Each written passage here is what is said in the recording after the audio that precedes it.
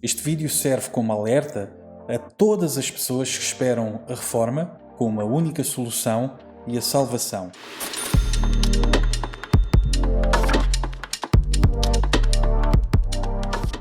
Bem-vindos ao canal Alta Infinita. Chamo-me Kevin Pereira e nos próximos minutos vamos abordar temas como as reformas em Portugal, inflação e macroeconomia. Anda comigo. Segundo cálculos da Comissão Europeia, o valor da reforma em Portugal poderá subir para quase 85% até 2025. No entanto, até 2040, dentro de menos de 20 anos, a capacidade que as pensões têm de substituir os rendimentos do trabalho em Portugal cai para 54,5% e até 2045 será inferior à metade, correspondendo então a 48,2%. O que é inflação? Inflação nada mais é do que o aumento generalizado dos preços de bens e serviços da economia, que resulta na perda de noção dos preços tanto por parte dos produtores como também por parte dos consumidores. A inflação reduz o poder de compra, reduz o valor da moeda, reduz também o crescimento económico e aumenta os custos da dívida tanto pública como privada. Portanto, a inflação será sempre uma constante, ela é paralela com o crescimento da economia e cabe aos bancos centrais e aos governos a difícil tarefa mantê-la estável. Caso tiveres algum dinheiro de parte, é quase obrigatório investir, porque a inflação é uma mão invisível que lapida o teu património ano após ano e só vais perceber com o passar dos anos que o teu poder de compra está a diminuir. Aí começas a perceber que estás a pagar cada vez mais caro por bens que outrora eram muito mais baratos e que estes só tendem a aumentar com o tempo. Será porque o valor desses mesmos bens aumentaram?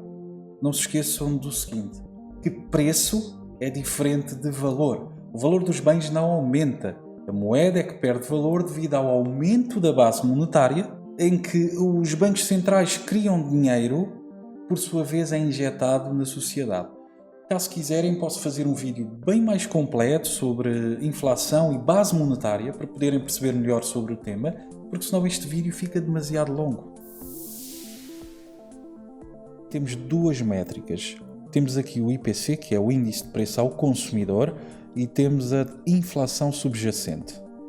A inflação subjacente simplesmente exclui do IPC apenas dois dados, que são bens alimentares não processados e energia por serem altamente voláteis e distorcerem demasiado os relatórios. Terminamos o ano de 2023 com o IPC a 1,4%, enquanto que a inflação subjacente a 2,6%. E após este breve apanhado acerca de inflação a nível nacional até ao final do ano de 2023, voltamos ao uso das políticas monetárias e fiscais. Os bancos centrais fazem uso das políticas monetárias com a finalidade de controlar a inflação. Há o aumento da taxa de juros de forma a desacelerar a economia, o que afeta o crédito e consumo das empresas e das famílias. Já em contrapartida, os governos fazem uso das políticas fiscais de forma a influenciar nos preços de duas formas. Ou por meio de arrecadação através de impostos, ou empréstimos por meio de emissão de títulos da dívida. Quando os bancos centrais aumentam a taxa de juros, acabam por afetar o câmbio, a inflação, o crescimento e todo o mercado financeiro por inteiro. Então, o que é taxa de juros? Taxa de juros é uma ferramenta de política monetária criada e controlada pelo Banco Central. Qual é o objetivo da taxa de juros? O objetivo da taxa de juros é controlar a inflação e mantê-la dentro da meta do Banco Central. Para o governo investir na sociedade, são precisos recursos financeiros provenientes de duas formas, ou por meio da arrecadação de impostos ou através de empréstimos. Então, se o governo não arrecadar recursos suficientes, recorre ao Tesouro Nacional, que é responsável por emitir títulos da dívida do país. O governo vende títulos aos investidores em troca de dinheiro com a promessa de pagar um prémio ou taxa de retorno, que é chamada taxa de juro. Em Portugal chama-se certificado de aforro, no Brasil Tesouro Direto e nos Estados Unidos Treasury Bonds. É importante lembrar que o nível da taxa de juro, por exemplo, a Euribor, afeta a taxa que é o custo da dívida do governo.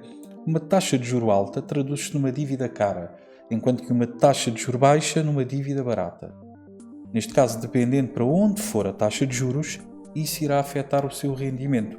Ou seja, se o investidor compra um título que promete um retorno pareado à taxa de juros, quando a mesma sobe, o investidor ganha bastante dinheiro. Mas tal não é benéfico para o governo. Porquê? Porque o governo tem que pagar mais juro ao investidor. Em contrapartida, quando a taxa de juros cai, o investidor ganha muito pouco, enquanto que o governo consegue financiar-se de forma barata, mitigando os custos e os riscos. E a questão é, devo alocar o meu capital em Treasury Bills ou no mercado de ações? Bom, tudo vai depender da janela de tempo em que precisas do dinheiro. Ou seja, se precisares do dinheiro num período de 12 meses, tente evitar o mercado de ações. Porquê? Porque o mercado de ações é extremamente volátil e altamente imprevisível. Em vez disso, aloca o teu capital em Treasury Bills de 3 meses e assim garantes 5% e vais renovando a cada 3 meses. Nos Treasury Bonds temos T-Bills, que são títulos americanos de curto prazo, têm um período de vencimento de entre 4 semanas a 52 semanas, sensivelmente um ano. Temos T-Notes, que são títulos americanos de médio prazo, têm um período de vencimento de entre 2 anos a 10 anos. E os T-Bonds, que são títulos americanos de longo prazo, que têm um período de vencimento de entre 20 a 30 anos. O investidor, ao comprar o Treasury Bill de 12 meses, neste momento vai ter quase 5% de retorno. No entanto, no próximo ano pode não ter este retorno, pois o esperado é que o FED faça um corte na taxa de juro ainda este ano, indo ao encontro da meta de inflação, que é de 2%. Meta esta que está cada vez mais próxima de ser atingida. Então a tendência é haver uma diminuição progressiva no retorno, o que torna o mercado de ações mais apelativo para os investidores que irão migrar da renda fixa para a renda variável, o que possibilita mitigarem os riscos. Claro que pode sempre comprar Treasury Bonds de 10 anos, que pode garantir mais de 4% nos próximos 10 anos. Mas por que motivo fazer isso? Pode investir em um ETF com um retorno de 10 a 12% ao ano.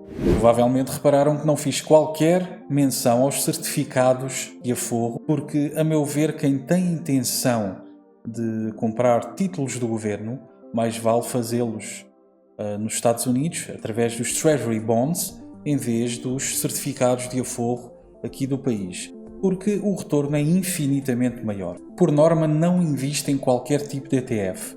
Investe sim em ações individuais de empresas americanas, mas isso já exige algum expertise em valuation, análise fundamentalista e um pouco de análise gráfica. No próximo vídeo vamos falar tudo acerca dos ETFs. O que são, as vantagens, as desvantagens. Também vamos abordar assuntos pertinentes como a Bolsa Americana, mercado de ações individuais, S&P 500 e muito mais. Portanto, vais ter muita informação pertinente e nem penses em faltar. Até já, espero por ti no próximo vídeo.